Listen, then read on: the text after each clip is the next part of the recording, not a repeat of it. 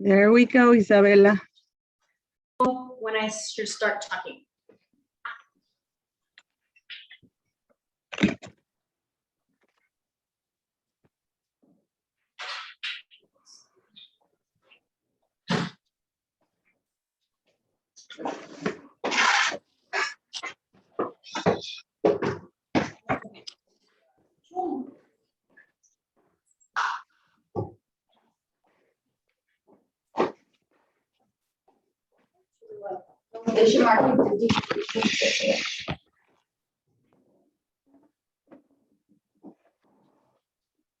Hi, everybody. Welcome.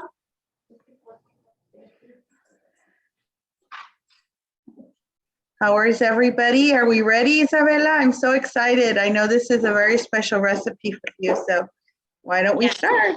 Hi, Natalie. Yes, I'm ready. Is everybody ready? Okay, let's do it. So welcome everybody to another virtual cooking class with Northgate. I'm your host for this evening. My name is Isabella. And for those of you who are new to the classes, welcome. And for those of you who are tuning back in, welcome back. And I'm going to introduce myself for those who are new to the class. I'm a photographer, I'm a food stylist, and I'm a self-taught chef. And I say self-taught because I did not go to culinary school, but I did have the best teachers.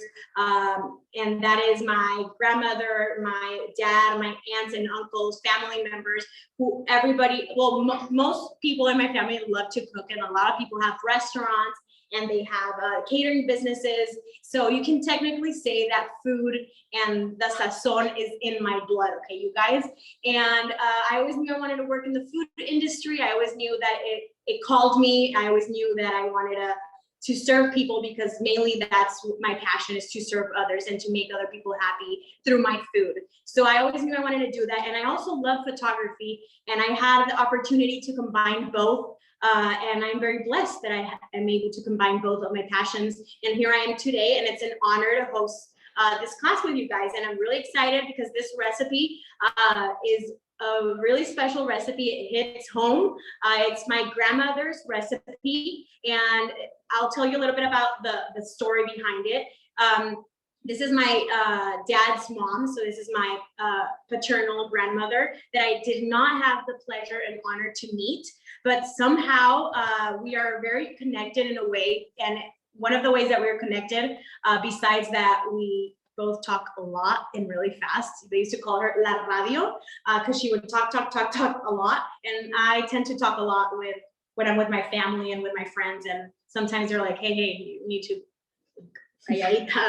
no? But yeah, so that's the story behind this recipe. This recipe was passed down to me. My aunt literally, she gifted me, because I'm the one who loves to cook in this family and actually works with food. So she gifted me this recipe book with her actual, like, she would write recipes, my grandmother, in the back of like receipts and phone bills and stuff like that. So it's really, really special. And this is one of her recipes, and her name was Gloria. And I've been told that I get my sazon from her. So it's funny how we're connected in a way, and how this talent or this gift was passed down to me without even knowing this person.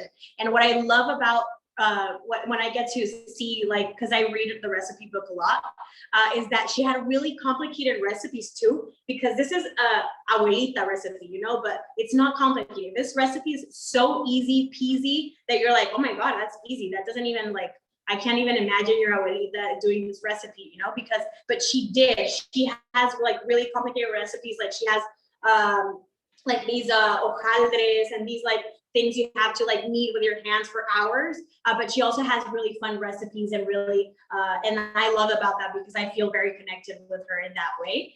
So this is her famous, and I'm gonna say that this is a twist, okay? So if any tias, or if I know my dad's watching, he's like, my mom didn't add jalapeños to this dip. Yeah, she didn't, but we're gonna modernize it, and we're gonna bring it back, and we're gonna give it a modern twist. So this is her famous artichoke, and I added jalapeno, artichoke-jalapeño baked dip. So I've been told that she made this dip for every bridal shower, for every baby shower, for every like family gathering. It was like her famous go-to like appetizer that she would serve family style. And I'm adding a twist. We're gonna actually bake it in a molcajete. And I'll talk a little bit about that. And we are going to add some jalapeños because the spiciness of the jalapeños goes perfectly well. It's a perfect pairing with the cheese and it's like a hot dip. So it goes perfect with that. And if anybody's cooking along, let me know. Place your questions in the chat. Your oven should be set to 375 degrees. So we can put that dip in the oven, okay, you guys? And before I move on, and I've been talking, I feel like for an hour now, any questions, anybody, before we get started? Yes, so first of all, thank you, Isabela, for sharing this wonderful recipe with us. It really is very near to the heart that you're doing something so cool. But our first question is, can we use a molcajete that we use for our salsas every day? Yes, you can. And I'm going to talk a little bit about that. And if there's any more questions, let me know. But yes, so when I was thinking about doing something for this class, and I saw these beautiful molcajetes at Northgate, and all my ingredients I bought at Northgate. And I'm like, you know what? I want to share this recipe, but I do want to add a bit of a twist to it. And I do want to talk a little bit about the versatility and the different ways of using a molcajete. So, and if anybody doesn't know what a molcajete is, it's really heavy, and this is a molcajete. It's made out of volcanic rock, which can take heat. So I don't know if you guys have ever been to in Frogs or Carlos and Charlie's and those places that made famous el molcajete, and they would bring like a mar y tierra, surf and turf molcajete, and the rock would be, the molcajete would be super hot, and they would put it on your table, like on top of something that is heat proof. So molcajete can take heat. It's made out of volcanic rock. So I was like, what if we actually make this dip? And she would do it in a Pyrex, in a traditional glass baking dish. But I'm like, what if we do it in a molcajete? Because you can also serve a salsa here. You make your salsa here. You can serve whatever. It's not just like to make salsa. You can do a lot of things with this molcajete, and it lasts forever, like literally forever. So what I have here is a molcajete, and I do recommend washing the molcajete because it's been at the store for a while, and let's get rid of the little dirt and stuff. And I did cure it, but the reason we cure it is because you don't want any like extra little rock, since it's made out of rock. You don't want, like, you're not gonna get like a huge piece of rock in your dip, but you could get a little piece because you're actually like making it in this dish, right? So what I did to cure it is I added salt, and I used this guy, and I just added salt. You can do salt, and I think you can do rice as well, white rice, not cooked, obviously, raw. And you just have to grind it all the way until it becomes powder, and then you get rid of it. So that's the way you cure up molcajete. And what it's gonna do, it's gonna help to all the loose rocks or whatever is not come, like, so they can actually become one with a molcajete. Okay, so that's what I did. I washed it, and I added some salt, and I grinded it, and it became powder, and I got rid of it. Okay, you guys, so that's how you cure a molcajete. Any questions? No, Isabel, I think that was it right now. Can't wait to get started. Perfect. Okay, so what we're gonna do, and I'll talk a little bit about the ingredients first. And this is, like I said, a super simple, very economic or cheap recipe, you know, like it's Parmesan cheese, grated Parmesan cheese, and you can use the one that is, you don't have to like actually like grate the Parmesan cheese. You can use like the Kraft one, and I bought this one at Northgate. And we're using a 14.45 ounce jar of marinated artichokes, okay, you guys? And I do recommend the artichokes to be marinated because it does give it a lot of, this dip a lot of flavor, and that's like one of the flavor profiles of the dip, and it's what she used to use, and that's what I always use. And I did put 14.45 ounce because that's the jar that I always find, and that's the jar I always use. But if you find a 16-ounce jar, go ahead. It's not gonna mess up your recipe, okay, you guys? And then we're gonna use 6 ounces of room temperature cream cheese, and we're gonna use 1 cup of mayo, okay? And we're going to use 2 tablespoons of freshly, finely chopped dill. Okay, you guys? You can also, I would do recommend finding a fresh dill. I think it tastes way better than the dried one, and it smells so good. And 2 teaspoons of garlic powder, and this looks like a lot of jalapeno, but 1 large jalapeno, thinly sliced, and do not get rid of the seeds. I mean, unless you're like, oh, I don't know, I get like really, like it's too spicy for me, then do get rid of the seeds. But I do recommend doing it just like this, because there's a lot of cheese, there's a lot of good fatty ingredients in this, that this is gonna help. It's a great pairing with that. So if it's spicy, it's gonna add that little freshness and that little kick that it needs. So I do recommend. And if you smell your jalapeno, you can tell if it's gonna be spicy or not. This is a spicy one, and we're gonna put this in our dip before we bake it, and we're also gonna put some on top for garnish, okay? And salt and pepper, you guys, and that's it. Should we continue? Any questions? Anybody cooking along? I don't know. Okay. I know. Okay. Yeah. Questions? No? No, let's go for Okay. it. Maybe we can show them the ingredients before we start mixing. I did send them all the ingredients. Okay. No, I'm just gonna a quick look so they can see how the marinated the marinated artichokes look. The mayo, the jalapeno, the dill, the cream cheese, the grated parm, garlic powder, jalapeno, salt and pepper. That's it. So these guys are quartered. So that's why I didn't ask for the recipe for them to be chopped. But if you buy whole ones, just do a rough chop. But honestly, when we're mixing this in our bowl, they're kind of get torn apart, and they're fine. You get like, when you're eating the dip, you're gonna get like little chunks of artichoke, and it tastes so good. Okay, so we're gonna get started. This is a super simple recipe, and if you guys have any questions, just let me know. Okay.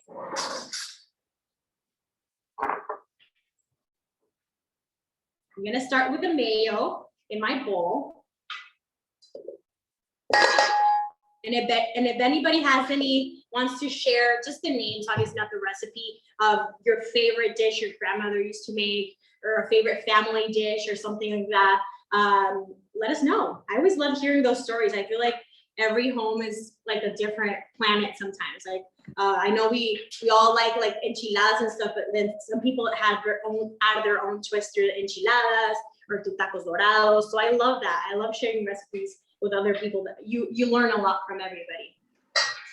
So I put the ingredient list on the chat, and you should have received it with the email 1 hour prior to the class, and then you'll get one with your email tomorrow. But if you don't get it, you could always email me, and I'll be happy to email it to you guys. I've made a lot of friends now. So here what we have going on, and we'll show you.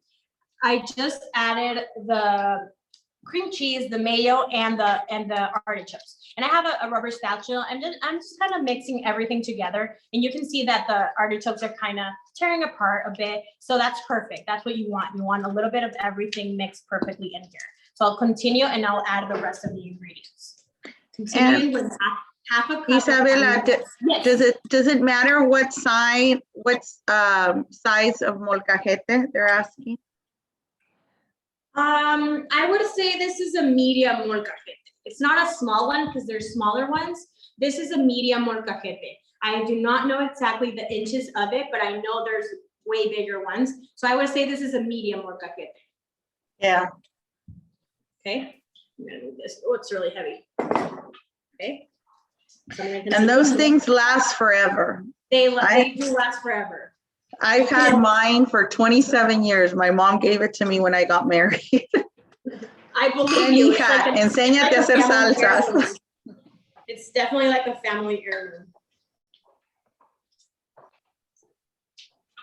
Okay, so I added half a cup of the Parmesan cheese. That already smells good, you guys. I wish you guys could smell this, but that already smells good and it doesn't have everything in there yet. 2 teaspoons of the garlic powder. And at the end, we're gonna taste first and season. Since our artichokes have already been marinated, you do wanna first taste it, so season to taste. Because it might not need that much salt. Well, that looks good. That looks delicious, you guys. Okay, and we're gonna add the 2 tablespoons of freshly chopped dill.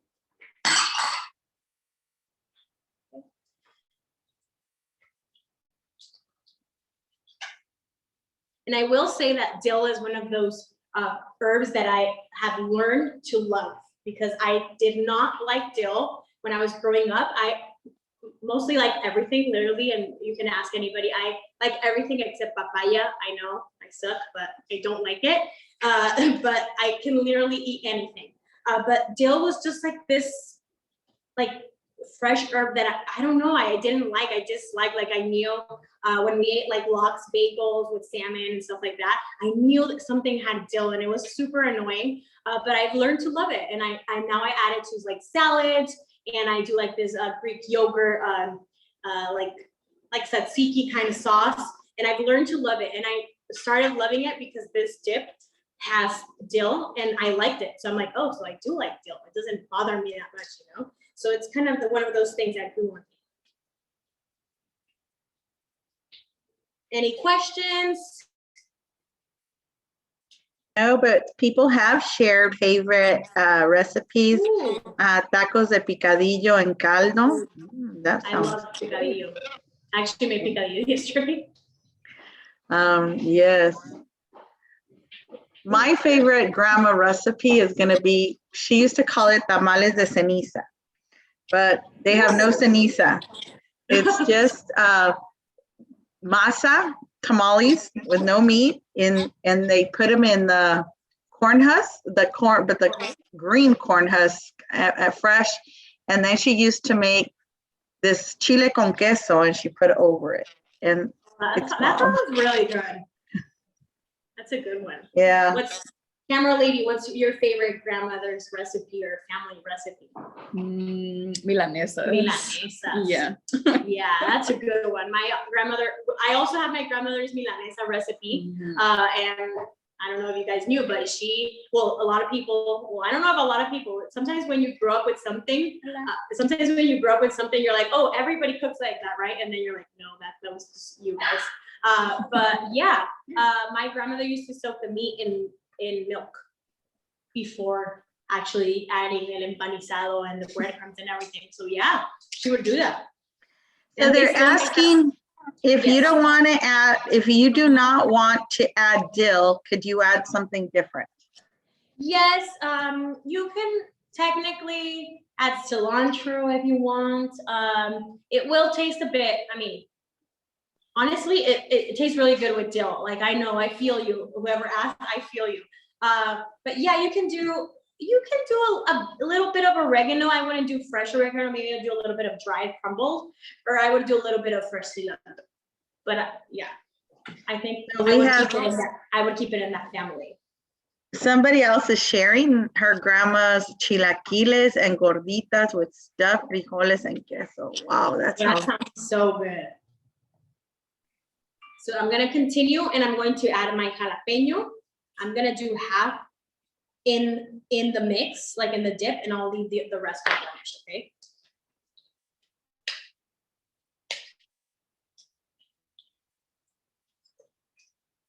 Oof. And you can also eat it not baked, you guys, because that's happened before, where we couldn't wait and eat it, and we ate it just like that, and then we forgot to bake it. So you can also eat it like that. You can actually store it in the fridge for a bit, and if you want, like, you can make it ahead and just bake it the day of your gathering or the day you actually want to eat it or serve it. And you can definitely eat it not baked. You can eat it like this, and I'll show you how it looks. So that's how it looks. It's chunky. It has jalapeno. It has the artichoke. It's garlicky, and it has that parm, and it has that cream cheese. So it's just a really good dip. And somebody messaged me on Instagram, and they're like, I'm gonna make this for Father's Day. And I'm like, that's like an amazing recipe for Father's Day.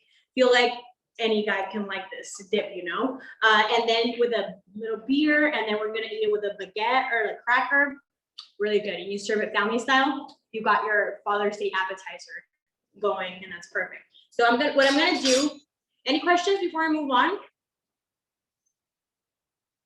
Sorry, let's move on. Okay, everybody's on their best behavior. Okay. So I'm gonna taste this, and I do want to taste a little bit of everything. You guys, it's so good like that, but I swear, if you put it in the oven, it's gonna taste even more amazing. It's really good. I am gonna season a bit with salt. It does not need a lot of salt. I'm just gonna do, honestly, I'm just gonna do a pinch. I do love my pepper, and if you guys watch my recipes, you know I love my pepper. So I will add pepper, lots of pepper, more pepper than salt. That's to taste. So you guys can season to taste, okay? Okay, that's good.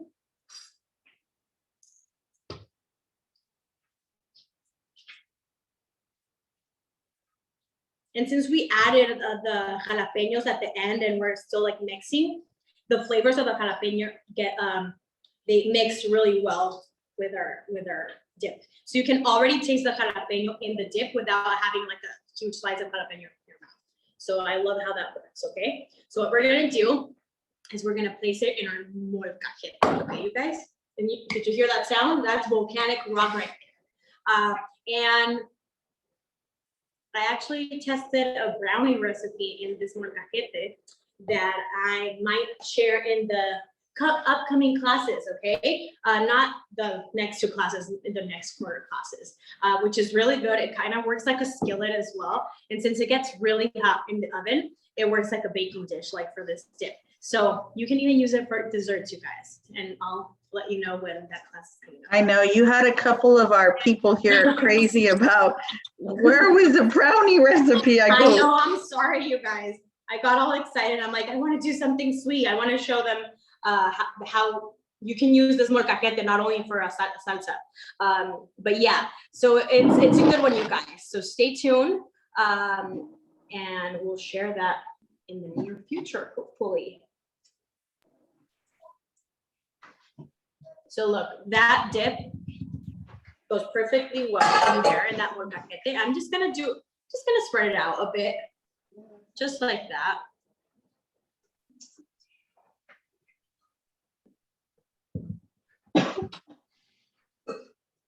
And maybe, can you see it, you guys? Maybe we can do an overhead and then I'll put the jalapeños. And you can just garnish whatever way you want. But they make my book really fast. But they're Target size 4, but I don't know. Any questions? But they're brand new and they're really cute. Did everybody see it? Yeah. Okay, and okay, so this dip is ready to go in the oven or molcajete. I do recommend placing it on top of a baking sheet in the oven, because since of the oven racks, they like have their little, you want your molcajete to be sturdy, nice and safe, and you also want to have a clean way of putting it in the oven. So I have a baking sheet already in the oven. You can like literally have your baking sheet here and put your molcajete, take it in there. I already have it in there because I wanted to show you first. So we're gonna bake it for about 30 to 35 minutes, okay, you guys? And I definitely like it kind of like golden brownish, like you can, the cheese is melting. So I do leave it for 30 to 35 minutes, okay? So we're gonna place it in the oven. The oven's at 375 degrees. And we're gonna place it in the oven.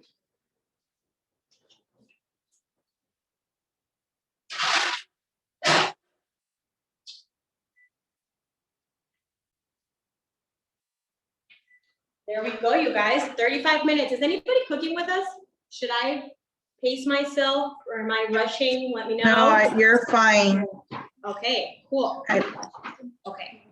So are you gonna I'm not show? gonna wait 35 minutes, don't worry. I'm gonna show you the results earlier because that's what happens in a cooking class, okay? Or in a short life class. So what I have going on here is I have sliced baguette. And I just placed it in the oven for a little bit with olive oil just so it toasts really nice. And I bought these crackers at Northgate because you can eat it with crackers. You can eat it with sliced baguette, which is the traditional way we used to serve it.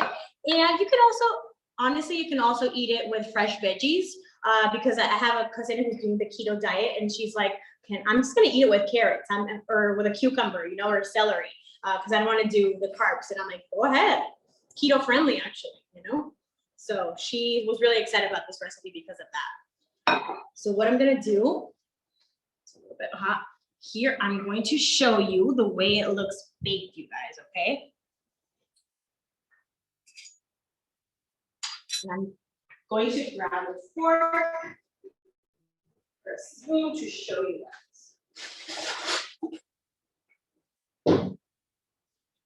Look at that, you guys. It's nice and golden on the edges. And look at those jalapeños, are perfectly dried and crispy. Ooh, this is a good one, you guys. And any questions? You know what? It was a fast class, but that looks amazing. There's a lot of soccer coming up, a lot of baseball. So yeah, amazing. So we're gonna try it, you guys, okay? And maybe we can show them. Look at that, you guys. So that's how it looks on the inside, and we're gonna. I mean, you can definitely just dip, but we're following COVID measures. Just kidding. So I'm not gonna double dip. But yeah, that's how it looks. And look at that crispy little part. Look at that. That's delicious. And now we're gonna try it.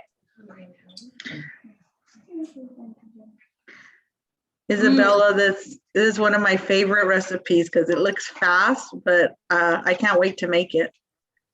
It's so good. It's still warm from the oven because it was baked earlier. It's perfect with baguette, with like a sliced toasted bread. It's delicious. It's easy. And you'll definitely impress your guests and la suegra if you bake a dip in a molcajete. She's gonna be, ay, yo pensé que nada más era para salsas. You tell her, no. You can even bake in it. You can even make a brownie in it. You can do whatever you want, okay? There's no rules. Yes, salsa molcajete is amazing. I know, it's one of my favorites actually. I have a really good recipe. But you can definitely, endless possibilities, you guys, with this. And you serve it and it's still warm and it's delicious and everybody can just dip their artichoke-Jalapeño dip. And I'm really honored, honestly, and I want to say that I'm really honored that I get to share a recipe that is so close to my heart with you guys. So if you make it, if you bake it, tag us, tag Northgate, tag myself. My Instagram handle is at Isabella MFUNCKE Funke, and tag us. And we definitely love seeing when you guys cook. We love seeing when you get inspired and you share your twists on the recipes. And I'm just really happy that we're here cooking and learning things about each other and about our loved ones. So thank you so much. Thank you, Isabella. Have a great day. And everybody, our classes for June are up on our website. There's a lot of good classes coming up. See you very soon. Yes, and I have a great day. I have a salpicón de puerco class that is amazing. That recipe, and a chile relleno de ensalada de camarón, which is also an amazing recipe. So stay tuned for those upcoming classes. And if there's any more questions, please let us know. I think we're still good on time. So let us know. I think we're ready to go. Everybody's just contemplating how good that looks. But thank you so much. See you guys all. You guys. Bye, Isabella. Bye. Thank you.